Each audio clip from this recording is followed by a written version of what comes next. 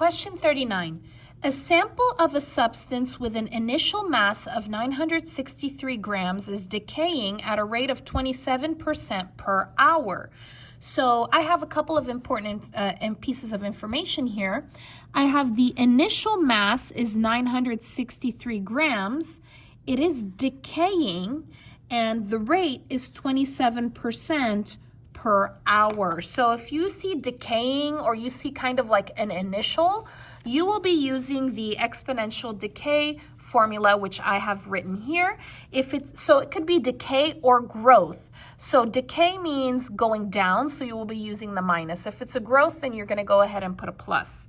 Okay, and they said to create a function that can be used to find y, the mass of the substance in grams remaining after x hours. So y is the mass and x is hours, and I am creating a function or an equation.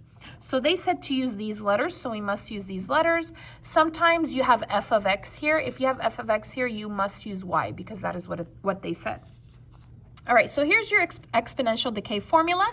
It's y equals a times, so open parentheses, 1 minus r, close the parentheses, to the x power.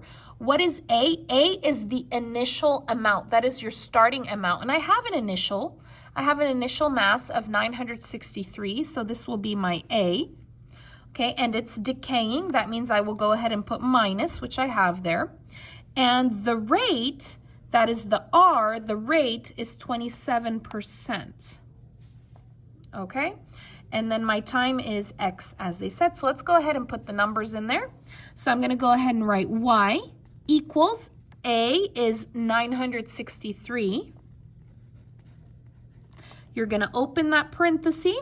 You're going to put 1 minus, now the R is 27%, but you cannot put it as a percent. You need to change it to a decimal. So how you do that is you're going to go ahead and put in the calculator 27 divided by 100. Okay, so you put 27 divided by 100. So to change a percent to a decimal, you divide it by 100. I would change that to a decimal. So you could do 27 divided by 100, point, enter, that's 0.27.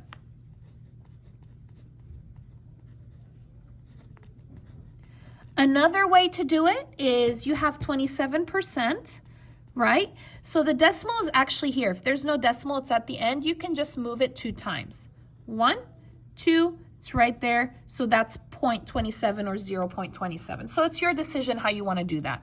So I'm going to go ahead and write 0.27 here for my R, not 27, it's 0.27.